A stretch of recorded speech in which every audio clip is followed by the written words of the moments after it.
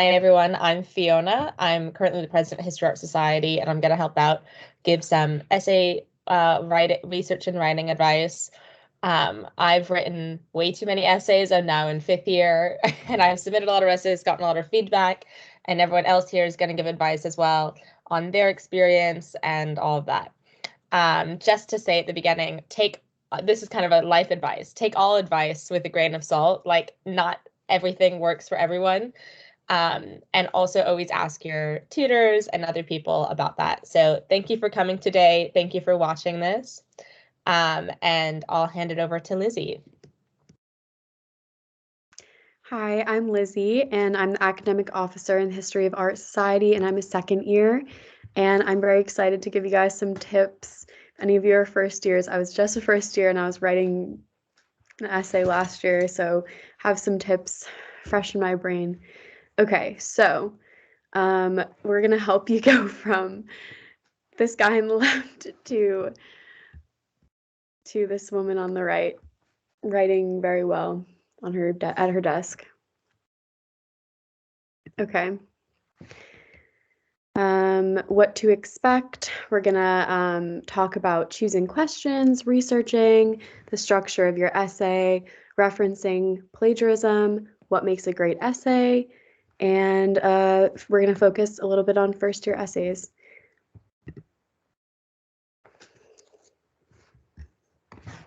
Oh, and Fiona touched on this, but just a disclaimer, this is just our personal advice and it should not be taken over your tutor's instructions. So if your tutor is telling you something, listen to your tutor first. But these are just tips that we're recommending that have worked for us. Okay, so for the timeline of semester 1, this slide just outlines, the timeline. So the semester starts on the 20th of September, and then the essay questions are released in October.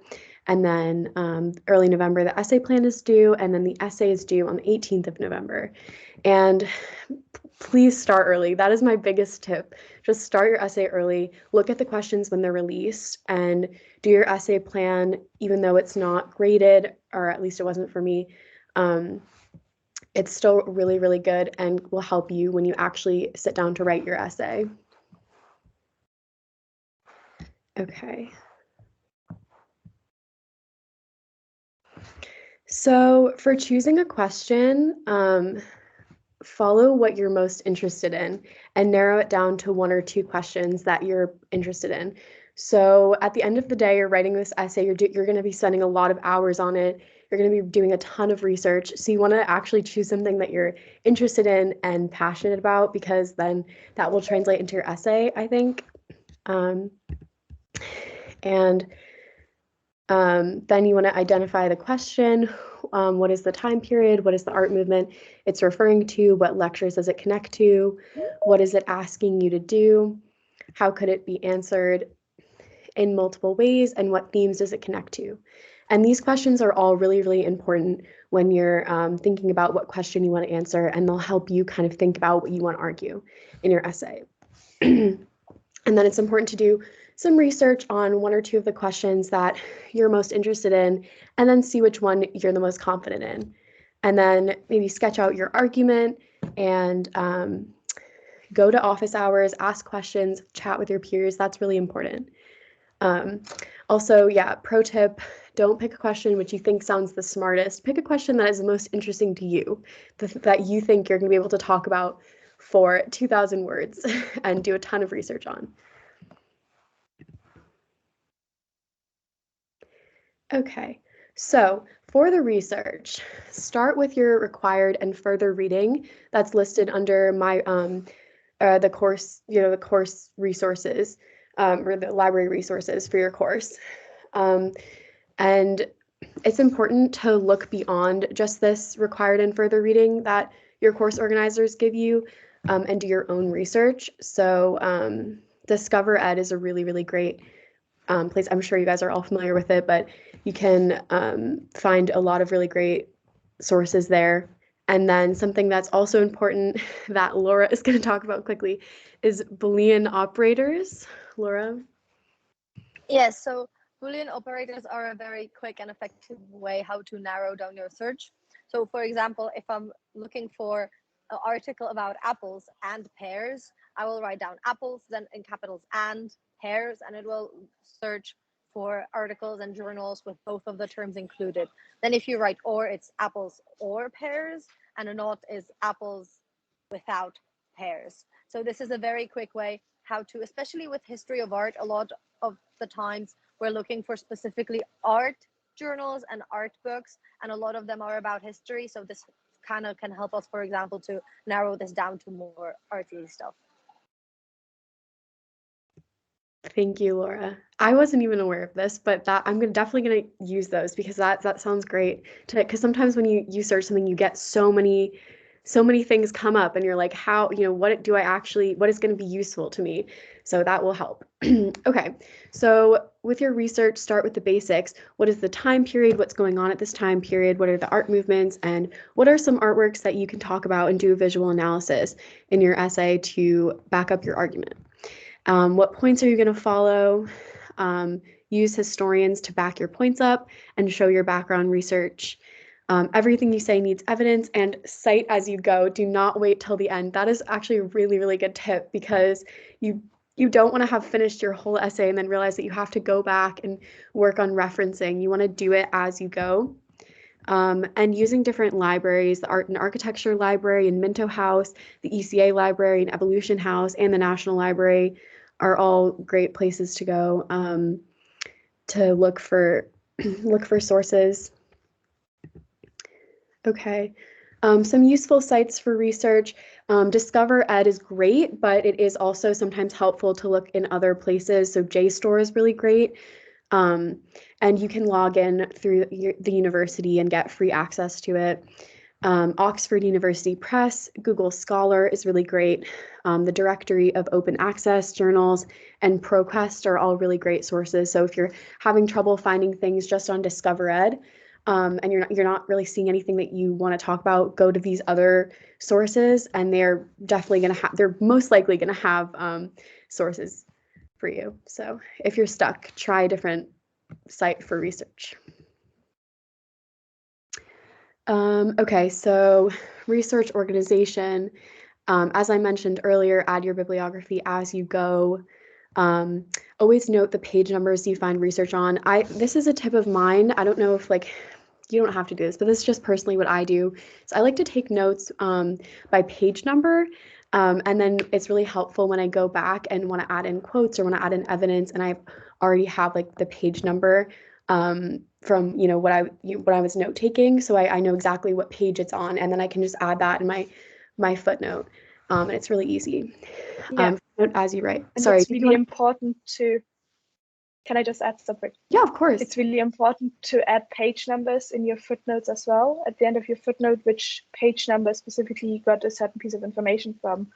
And they'll be more lenient with this maybe at the beginning, but really you should be doing it. So make sure you note down the page numbers, because last year I had 5% deducted from my essay because I handed in 10 minutes late because I was still looking for specific page numbers for my citations at the end.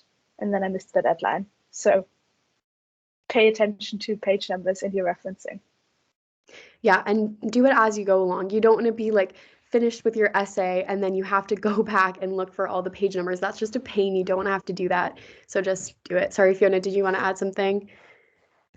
Yeah, I just want to stress this point. The way I figured out the way that research works well for me is when you're taking notes, you have the whole bibliography source of the book or the article you're reading, and then you do page 1 tab any quote or thing that was relevant from that part to any quote that was relevant, because sometimes you're going through a book and something's relevant on page 13, then something's relevant on page 74, and then later when you're looking through your notes, you can just kind of command, if that's all in one document, you can command find for a certain word or a certain thing, and then it says the page number and the source, and it's all there, and you don't have to look back at that book, so you can return them to the library. You can lose those PDFs. So I think that's a really important way to do it. Also, if you're if you're using PDFs and highlighting things, even doing this is good, so then you know the page number and you can find it really quickly. So yeah, definitely as you're reading and taking notes, always use the page number and try to make it so you don't have to go look back at the book after you've read it. Those are really great tips. Thank you, Fiona. I agree with that. Don't make it easier for your future self. Okay. And then here we have a little strategy that is really good to try. This is definitely a strategy that works, you can try and see if it works for you. Personally, I don't use the color coding strategy, but I know that it works really well for some people.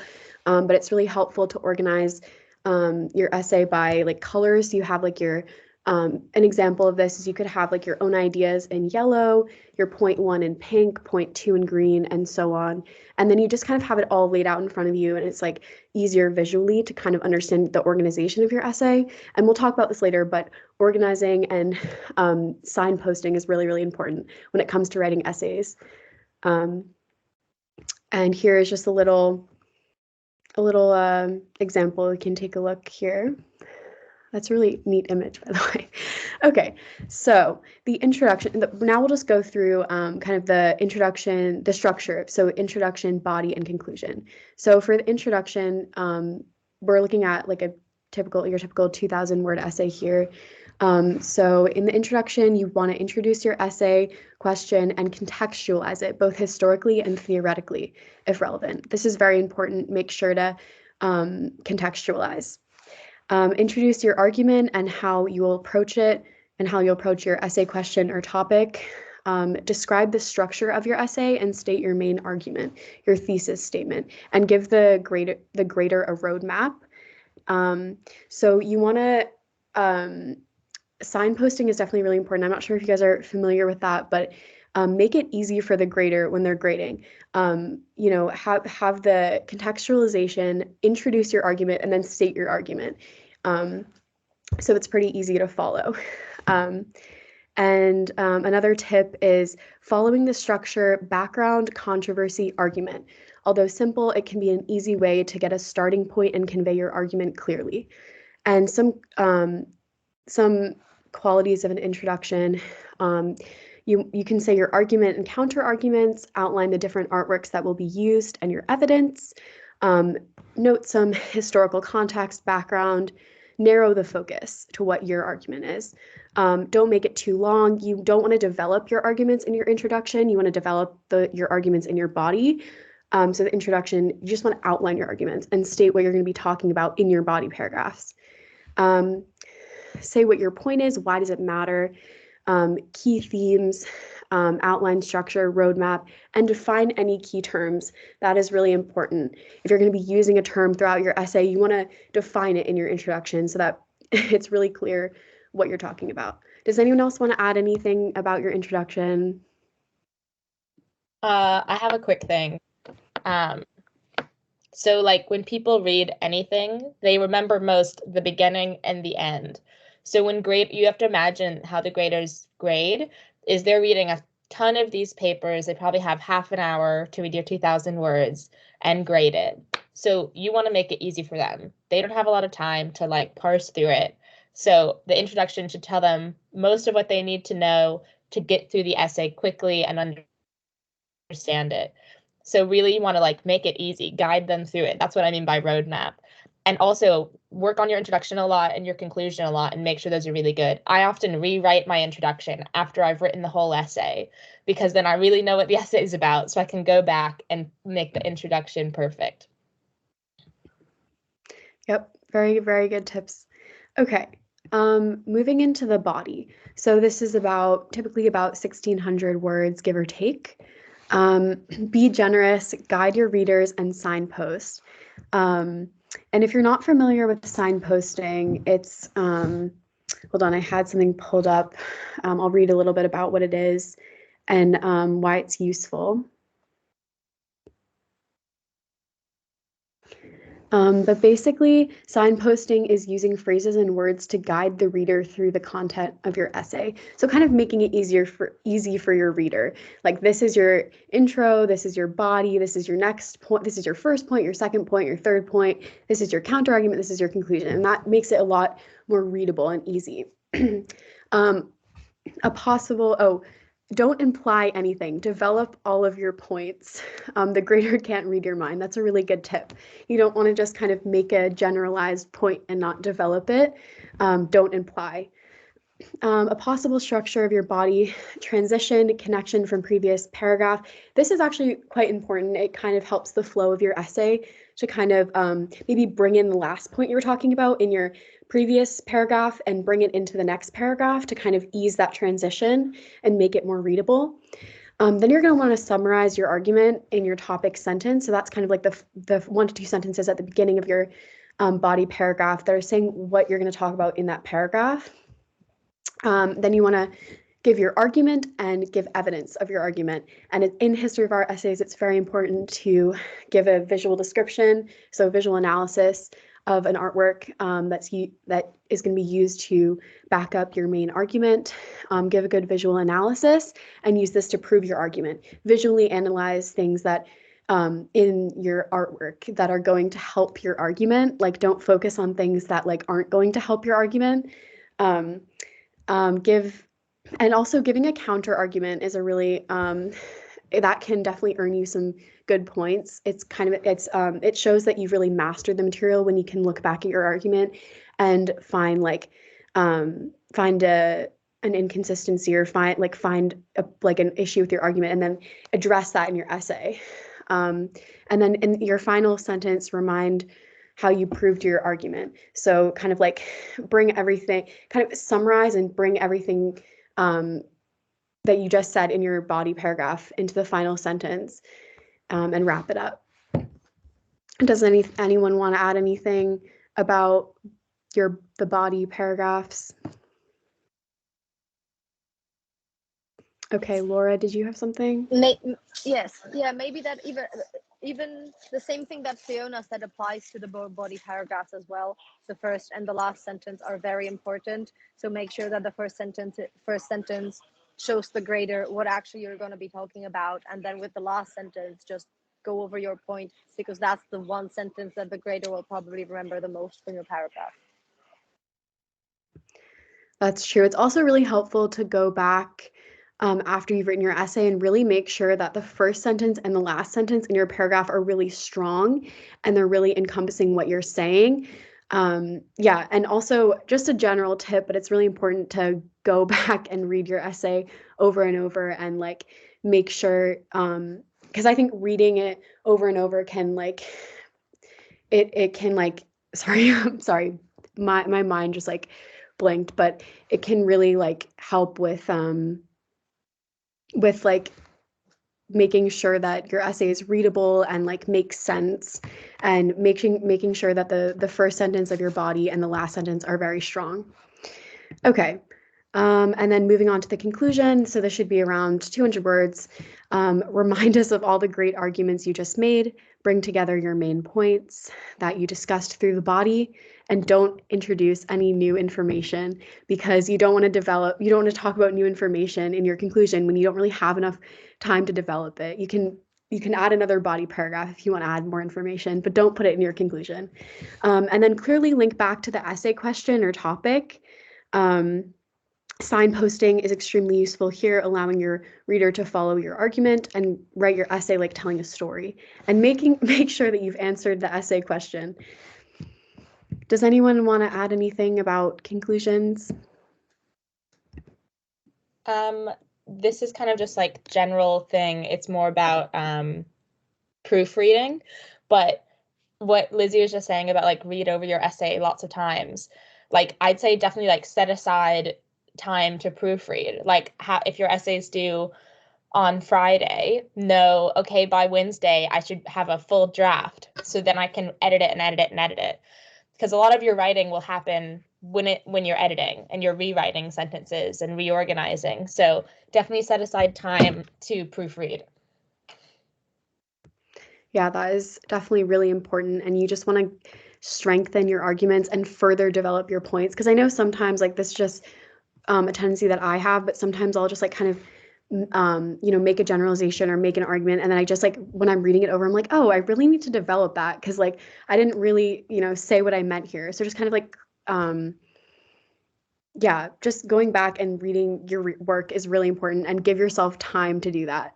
Don't do it the night, don't finish your essay the night before. Give yourself plenty of time to read over it. Okay, and now I'm gonna hand it off to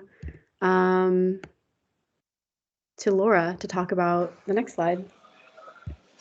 So obviously, yes, as Lizzie has said, do not leave your essay to the very last minute. But I mean, we have all been there probably. You might end up there as well. Ideally, don't. But if in case it happens, there are still things you can do to save your essay. So first of all, if you in advance realize you need some more extra time, if you have any learning difficulties or disabilities, get in touch with the office because they will give you extra time for basically every assignment. But for some of the assignments, you have to kind of remind them that you have this extra time and ask for it. So make sure that which assignments kind of you automatically get extra time and which of them require you to ask again. Then extensions are a great thing in case you're running really late or in case you were really sick with freshers flu a week ago and you are late on everything now. Just fill in the online form. If you Google Edinburgh extensions, there's the online form. It's very fast to fill in, and if you have a decently valid reason, they will usually give you a classical 7 days extension, which you don't even need any evidence. You don't need any doctor's notes or anything. It's fine. Then if you need more time, there are special circumstances which you fill basically the same form in, but you do have to prove those with some kind of doctor's notes or stuff. And then obviously, there are people around you that are here to help you, whether it's your course organizers or your subject tutors. So they should not really be answering the essay questions for you, obviously, but they can help you a lot with kind of the deadlines and just kind of basically if you have any issues with the course or I don't know, accessing some material, go ahead and email them. They will be happy to help you. And then, yes, we have a mental health support. There's an office based in Potterrow, so you can just pop in there if you want to actually talk to people, or you can Google the student counseling services online. And here's a few tips from us. So in case it happens and you left your essay to the very, very last minute, there are a few things you can do to fasten up the process and perhaps write it in a day or two. So first of all, pick the easiest question. Don't overthink it. Don't spend time picking a question because then you're going to pick this one. Then you realize maybe I like this one more. No, don't do that. Just pick the easiest question and stick to it. And then find 2 sources to the context and 3 more sources for each paragraph. Use the reading that was the mandatory reading for the lectures and just be done with it. Don't overthink it too much, and definitely look for journals. For example, if you are in Discover ED, you can find journals with ticking off the box that you don't want to look for books, you don't want to look for anything like that, you want to look for journals, so then it will limit the search for only journals. So now to the next slide. Can someone change them? Thank you. So the one thing that may seem pretty easy, but also the one thing that can get you unnecessary points deducted from your essay is referencing. So even though History of Art does not have a required referencing style, Chicago is usually recommended, and it must be a referencing style that is in footnotes and not part of the text. And the main point, and I can't even stress this enough, just be consistent. Be consistent and be consistent, because these things do get noticed. And I realized that the hard way last year when I copied some references from not other sources, but I copied them from different websites, and then they were in different styles, and I got deducted very unnecessary points for this. So how the footnote references work. So this is how we do it in Chicago style. So first, the footnote reference is, so I have a piece of information in the text that isn't from my own brain, it's from a book, for example. So I have a footnote reference. The first footnote reference, the first time I mentioned this piece of work, is a full footnote. Now, the important thing about the footnote is that the author, you first say his first name and then their second name. And then if you use the same source again, you can use a shortened version of this, as you can see in the second point. And then at the very, very end of your essay, once you're done with everything, after your conclusion, you have a bibliography, which is a list of all the sources you used all together. And there, as a little trick, it is the other way around. It is last name, first name. And the bibliography should definitely be alphabetical, but I'll talk about the bibliography a little later as well. Now, when it comes to illustrations, obviously we have to cite the illustrations as well. So this is example of how we do it usually. Sometimes some things may be important for your essay. So sometimes, for example, I don't know, the medium of the artwork may be important for your point. So then it would be definitely preferred to put it in there into the little illustration reference. So an important thing about footnotes is you put the little number after the full stop, after the sentence. You do not put it in the middle of the sentence. And then you may run into an issue. What if I have a sentence that has information from two different sources? Well, you do a little footnote at the end, and then you put both of the footnotes next to each other in the footnotes, as in like one footnote, a little dash or something, and a second footnote. So yeah, so that's what the last 2 points are about. Don't put footnotes in the middle of sentences. The graders really don't like that. Now, sorry to interrupt. I think the style is you put a semicolon in between the two citations in the in the footnotes. So yeah. So the end of sentence, it would say like one, and then it would be one, and like both of your sources, full stop, semicolon, second source. Yeah. Yes, right. Thank you. Sorry. Okay, great. So the next slide.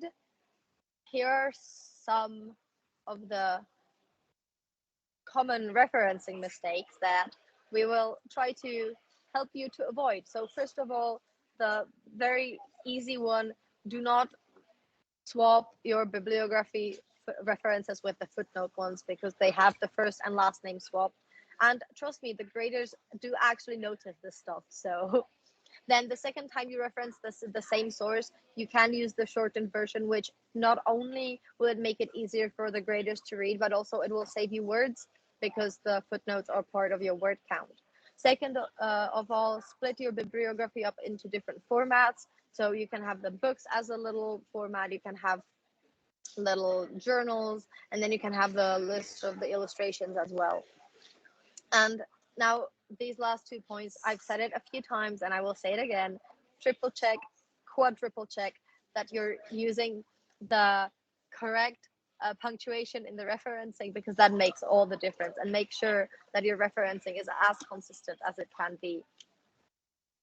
So now the next thing, even though you have definitely been told this in all the tutorials and everything, make sure you acknowledge all the sources that you use, because in case all the essays go through the Turnitin software. I don't know if you're familiar with it. It is a plagiarism software, and it basically searches the whole internet and everything, and it also searches through the essays of your other friends who have submitted things. So yeah, so in case your friend, your flatmate, submits an essay and you really like her point, and you decide to copy the point and maybe copy the sentence, Turnitin will notice, and it will tell the graders. So, and then in case they have a feeling like you have not acknowledged your sources properly, they can invite you for like a meeting thing where you have to kind of talk about how you wrote your essay and just justify all your sources and everything. And I don't think anyone wants to be in that situation. So make sure that whatever sources you use, you do the bit of the research properly, you write down the page numbers, you write down all the sources, and then you put them all in your essay, because it is a simple thing. You can avoid it very simply, but in case you don't avoid it, it can bring you a lot of trouble.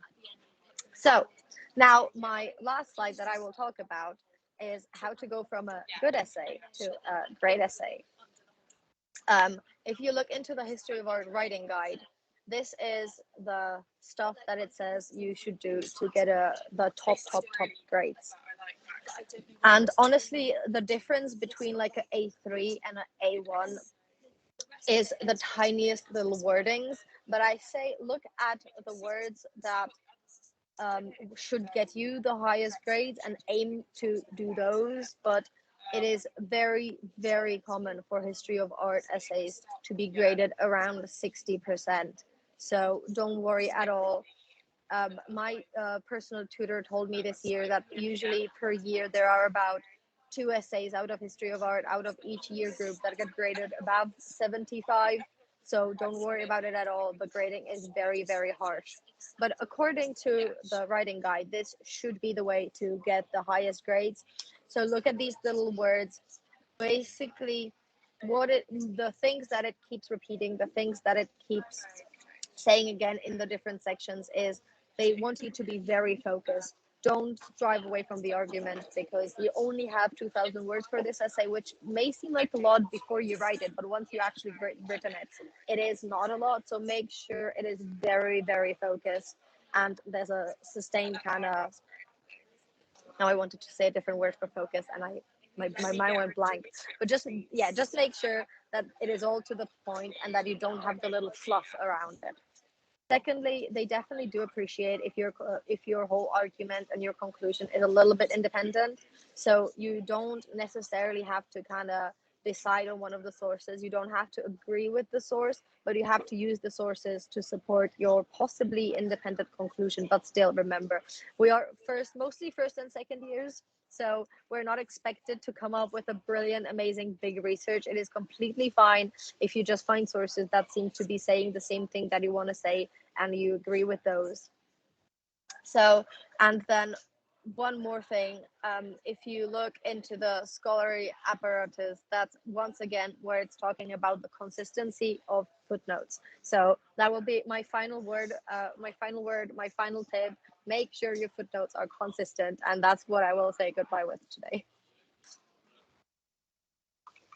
All right, so I'm gonna carry on with a final checklist of like everything you should just at the end of your essay, make sure you have all of this in it. So proofread, ask someone else to read your essay. We're also running an event on this on the 16th, which is exactly in 2 weeks, where you can be where we're going to do peer-to-peer feedback. So you can ask someone else to read your essay and you'll read someone else's and you can correct each other.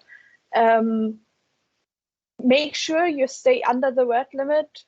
They do check and they also know if you go over it, and includes footnotes. And Word automatically counts your footnotes in your word limit, but just make sure you stay under. The Chicago citation style takes a lot of room up in the end. So sometimes you finish your essay and you're like, oh, I'm under word count, and then you add in your footnotes fully, and then you're suddenly 300 words over it, and then you have to cut half a paragraph. So make sure line spacing, 1.5 or double spaced, margins around 3 centimeters, which is a bit more than what Word comes preset. I think it comes preset with 2.5 centimeters, which should be fine either way. Number your pages, start with page 1, go all the way through. You can have this, Word can automate this for you under the insert section or under the footnote section, I'm not sure. Under the header section. All right. There's a cover sheet. Sometimes they'll upload one for you to fill out. Just use that and insert it as the first sheet of your essay. Make sure you include your exam number. This is really important. And also like the name of your tutor and of course which question you've answered. Submit as a PDF. This is especially important for images. And make sure that your file is a high enough quality that the images are good, but not so high quality that can't actually be uploaded. And then at the end, make sure you've uploaded the correct file, and then you can either, once you've handed it in, download the submission receipt directly from Turnitin, but also check because they'll also send you an email with it. Just make sure you've handed something in. Last year, my flatmate didn't realize his Turnitin hadn't gone through, and then 3 weeks later, he had an essay that was 50% of his mark that he'd gotten a 0 on because he didn't hand anything in. So just pay attention to it. Like make sure you've actually handed something in. Yeah, then we'll carry on. So wow, you're finished with your essay. Wait, sorry. Congrats. Sorry. Can Yeah. I quickly you want say to add two something things to the last slide? So yeah, just first of yes, all, sure. Word sometimes counts your footnotes, but if you click on the little button that tells you how many words you have, there's a little box that you can tick off to either count or not count footnotes. So in case in the past you accidentally ticked it off not to count your footnotes, make sure to now tick it back to count your footnotes. And then just a quick thing about the cover sheet and your whole essay. Your whole essay should be anonymous. The tutors don't know who you are. They do not know which exam number you are. So make sure you have your exam number in there, but also make sure you do not include your name at all anywhere in the essay. Yeah, that's great. Thank you so much. And they will be able to connect you to your essay if you've uploaded it through your Learn. So don't worry about like your essay being lost or anything. If you just include your exam number. Yeah. All right. So congrats, finished your essay. So now you can relax for about 2 weeks until you get your essay back. What you should do when you get your essay back, copy the feedback into another document. We've realized we can't access our feedback from last year, and it would be really good to like be aware of it now so that we can look at it for this essay and also when we're doing this. So make sure you copy out your feedback and then read through, and first of all, notice everything you've done well, because you've handed something in. It's your first, if you're first year, it might be your first uni essay ever, which is like a great feat, well done.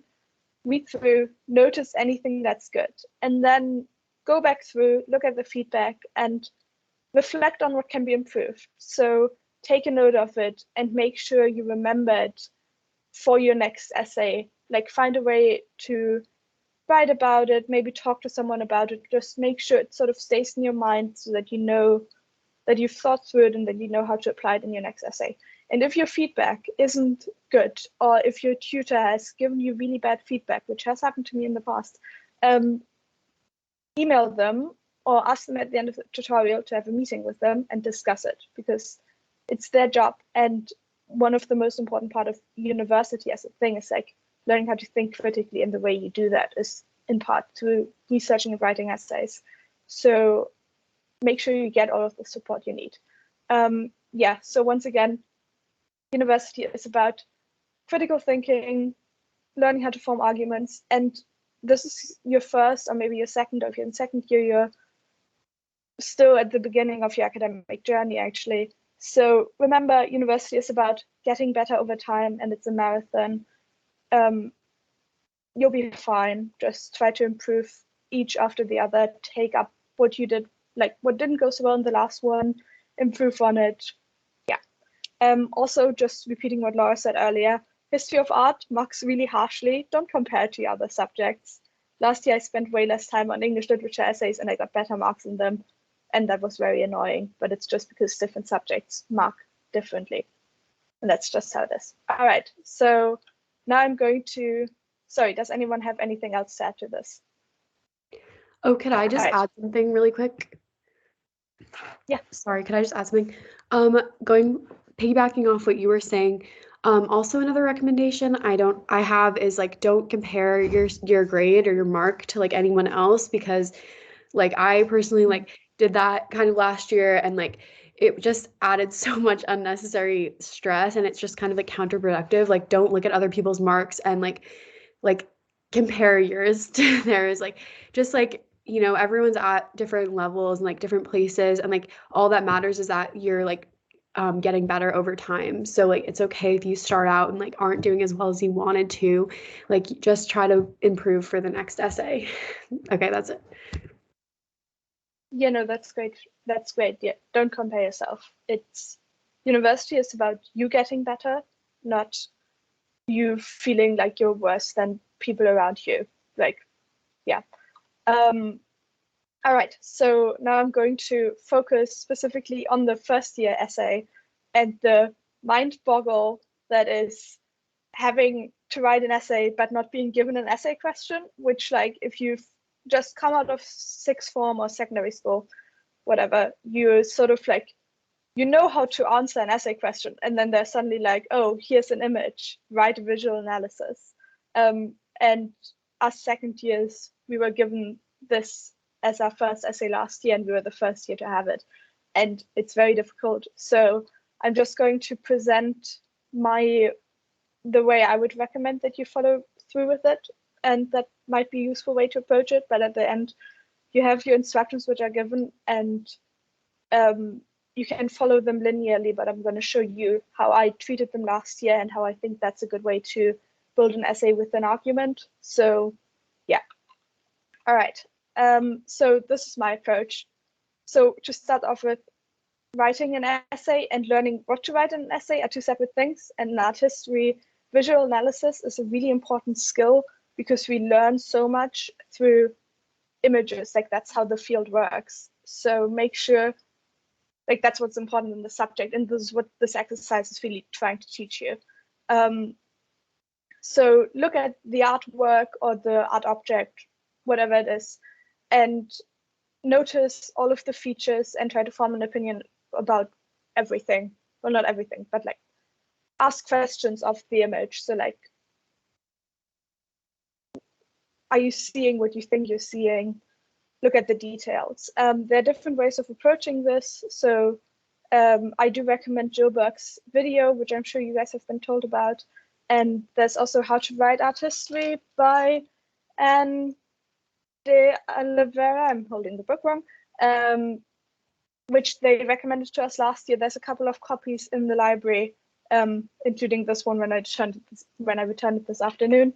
And there are many different approaches to visual analysis, but like a good way to start off with it, in my opinion, is make sure you have an actual copy of the image. Don't just look at it on your laptop, but go to the library and print it out. You get a tiny bit of credit when you start off at uni, so maybe use some of it to print it out on an A4, A3 sheet to annotate it. Or if you're like me and you like develop your thoughts through writing, maybe write what you think of certain bits of the image, talk over the image with a friend. Maybe they'll also notice something that you haven't noticed. Basically, you need to take the time to make your brain consider what it's actually looking at, and that's essentially the visual analysis bit. And then what I'm now going to do is tell you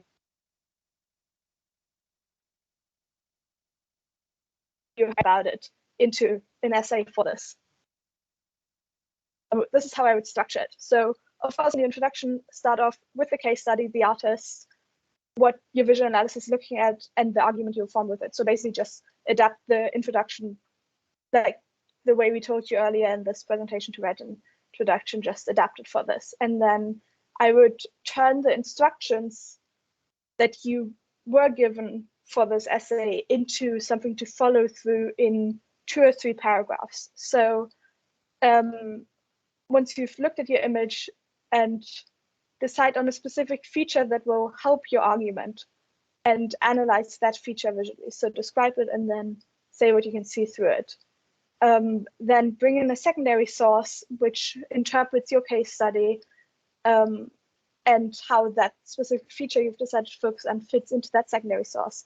And then reflect on how well that secondary source actually fits to what you're seeing, and sum up at the end with how this relates back to your argument. And then repeat that for 2 or 3 paragraphs, depending on how much you write and how much you analyze and what you focus on, of course, and how much secondary research you bring in.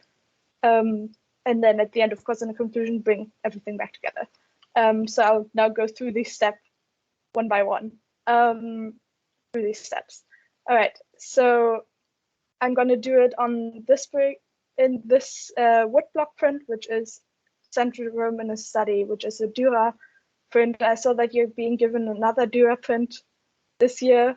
I think they're not very similar, so don't try to plagiarize me, please. Thanks. I also wrote this essay a year ago, so my memory on it is slightly hazy, and this is not that. Take everything with a bit of a grain of salt in the topic-specific things I'm about to say, basically. So for your introduction, start off with who's the artist, the art piece, size, date, material. Give a very short description of it. So in this case, we see Saint Jerome, who is known as a figure for translating the Bible into Latin and lived as a hermit. He's being shown writing in his office, surrounded by various objects and the dog and the lion, for example, just very shortly, then the aspects you're going to look at and your argument, what we said beforehand about how to write an introduction, basically. Okay, so then we're going to focus in on one thing, and we're going to focus in on our analysis bit, which is we see Jerome, and we're going to look at his face and his eyes. So he is facing across from a small crucifixion, and then the question is, are his eyes lower to the page, or is he looking up? Now, I'm not sure. You can decide on this. I'm not sure what I decided in my essay in the end either, because I know I discussed this, but I'm not sure if I actually made a conclusion. Please make a conclusion in your essay. Like, decide what you think is right and go with it. So if we think he is looking down at the page, he's sort of receiving the word from God in his translation, he's writing it down, he's forming the ideas, and he's being watched over by Jesus, basically. Or if he's looking straight at the if we go the different way and we say, oh, he's looking at the crucifixion, we can say it's a contest between him and God and how he decides to translate it. And yeah, so that's already going from the analysis bit into the interpretation. So start off with like describing, analyzing, interpreting. That's and then for the next part of your paragraph should go into scholarly background. So a lot of the writing around this print is he looks very peaceful, he's receiving the word of God, he's writing it down. The dog and the lion are sort of sleepily in front of him, etc., etc. And then you can think, okay, so write that down, write what scholars have thought. This is the point where you can bring in a quote and discuss it from a scholar if you find one that fits accurately, like at this point in your paragraph. And then decide, do you agree or disagree with it? And then does it fit with how you see the image yourself? So for example, if you think in this image that Jerome is looking straight forward, then we can say, okay, we disagree with he's peacefully receiving the word of God, but he's actually defying in his writings. And then you can also link this to other sources, which might be about Dürer's early contact with Reformation thinkers like Martin Luther and I forgot his name, the really important Dutch one, I've forgotten his name. And you can also connect this to like other Jerome depictions, but really don't focus too much on the connecting it to other things part, because this is more about what you actually see in the image in this exercise. And then you can link all of that back to your argument. So then you can say the image is you can say the image is a reflection to the conflict between access to writing and the Catholic, like access to the Bible and the Catholic Church, which is a bit of a hyperbole, but oh well. It's a bit hyperbole. Sorry, wrong word. Yeah, and then that's your paragraph done. So that's how I would recommend you do it. And then you can pick another aspect to look at. Sorry. So for example, you can look at the memento. So in this case, you could look at the memento mori objects and talk about that in connection to death, depending on what your what your argument is. Or you can look at perspective and what it shows us in the image, or you can talk about the style that the image is made in. So like this is a woodblock print, but I'm guessing if you're working with more of an art object, like last year we had an ivory, I think. Of course, then you have different aspects of the actual objects that go into this. And then it's really important that you analyze only aspects that will help your argument. So make sure that your argument and what you focus on are connected. Don't get too caught up in something else. So this is my final tips, which is don't obsess over the pumpkin, because in this image, there's a pumpkin that's hanging from the sky up here. Well, it's hanging from the ceiling over here.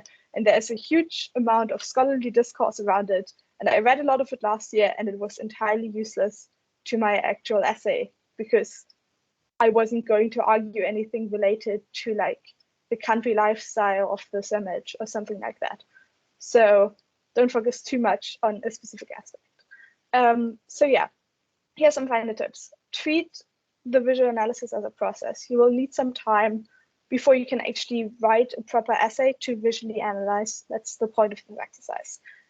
So if you haven't started your essay properly yet, sit down tonight or tomorrow and just spend half an hour just really looking at the thing you're looking at and really thinking about it, and make sure you have some like methods of how to deal with the visual analysis. Then don't try to do too much. There are 2,000 words in this essay, and footnotes take up a lot of that. So don't try to do too much. It's a first year essay. You're not expected to write a thesis. You're just expected to write a small essay. It's all right. Only focus on aspects that will further your argument, and don't go down a rabbit hole of research of something that doesn't really matter, like the pumpkin and the 3 essays I read about it last year, all of which weren't useful in my essay in the end. And then if you want to be really extra, or maybe if you've already spent a bit of time at university before you switched into history of art or something like that, you can pick a theoretical approach to a thing, although this is quite difficult to do if you haven't done it before, and it's probably not the best point to try it in your first year essay. But like, so there's different theoretical approaches. And I think this introduces a couple of them. There's next to this in the library, there's a few different books that also introduce them. And then I would also recommend that if you have any chance to see the object or art piece you're working on, or at least get a good printed out copy of it. So either find a good copy in a book, of which there's loads of them in the main library, which have great images in them, or some of the prints you might be able to see in the National Gallery, I think, because it's open this year. So like this print I wasn't able to see last year, but if the National Library is open, you can get it now. All right, and then Fiona has some tips for us as well.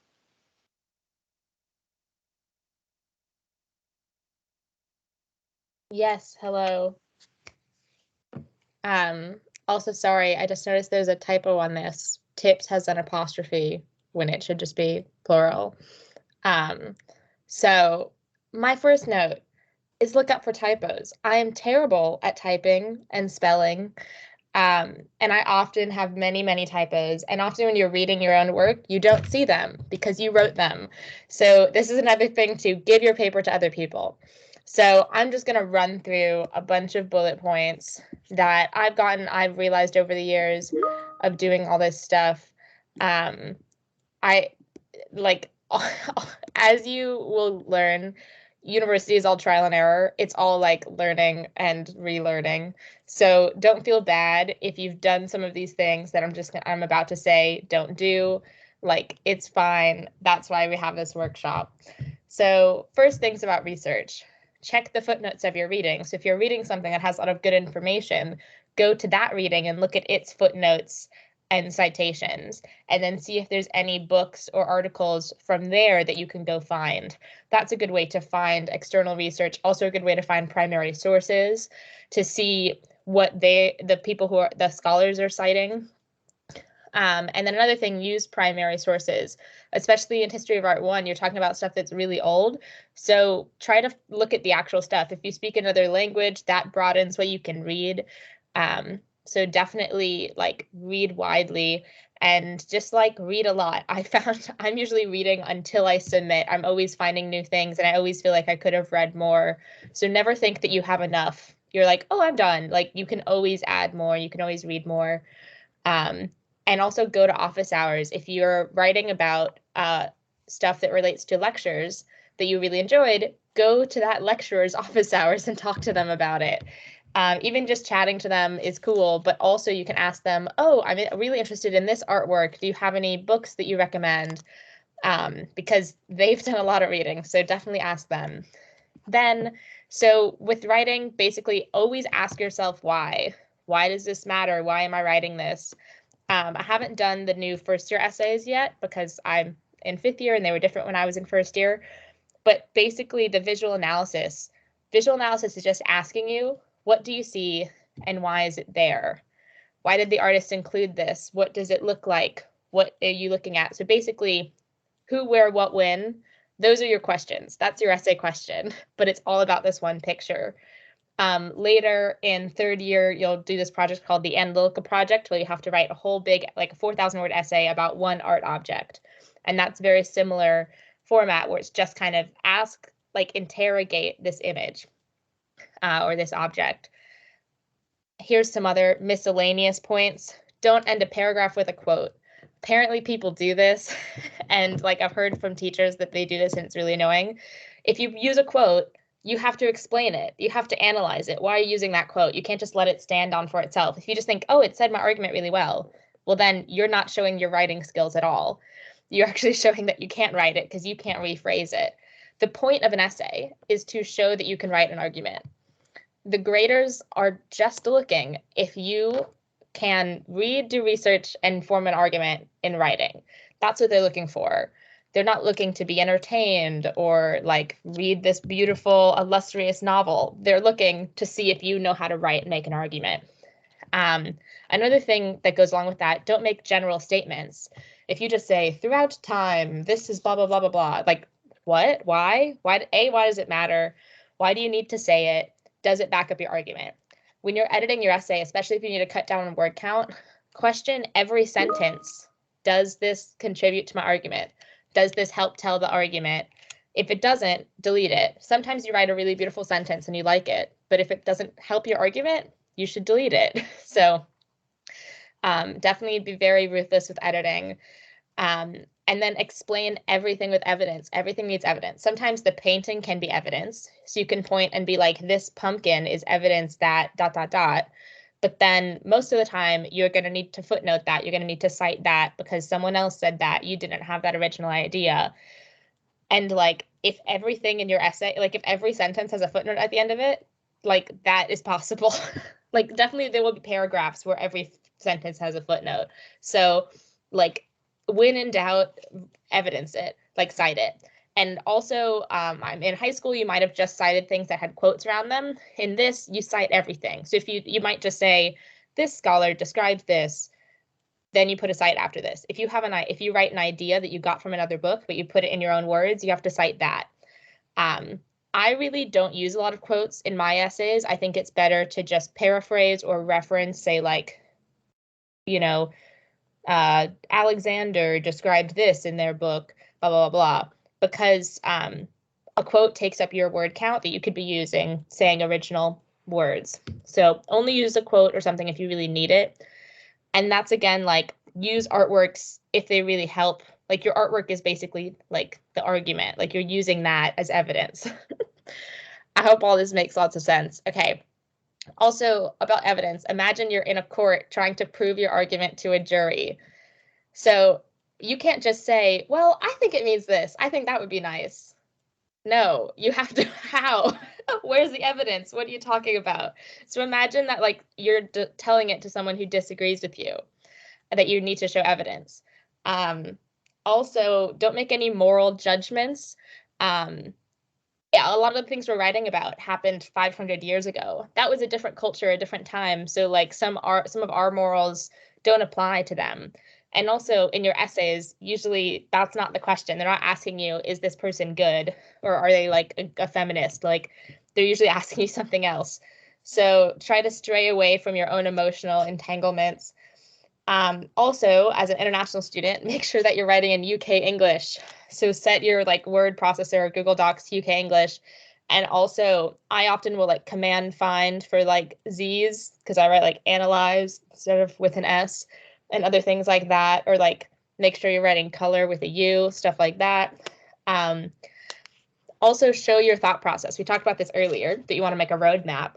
But like, remember in math class where they were like, you have to show your work. You can't just put the answer. It's the same thing in art history. You can't just say, it's this. You have to show how you got there. So really guide them through it. Again, the grader cannot read your mind. So just show them. And another thing, don't use unnecessary jargon. So you might be tempted to use big art history words or, you know, some nice multiple syllable vocab words. Unless they are actually useful and a better way to say it, then don't use them. And if you are using jargon, make sure you really understand it and you explain it as well, because often you can trip over this and use it in a wrong way, especially if you're using a word that's like Italian or French word that's used in art history, but you might be using it incorrectly. So be careful about that. And this kind of goes on to everything about like picking your question to writing. Don't try to sound smart because often it will be clear that you're trying to sound smart. You will sound dumb. So like, I really recommend write in your own voice. Like my first drafts are basically just how I talk, and then I edit them to kind of sound more formal. But really, like, clarity is above all else. So if your essay is clear, that's really good. Don't try to be flowery.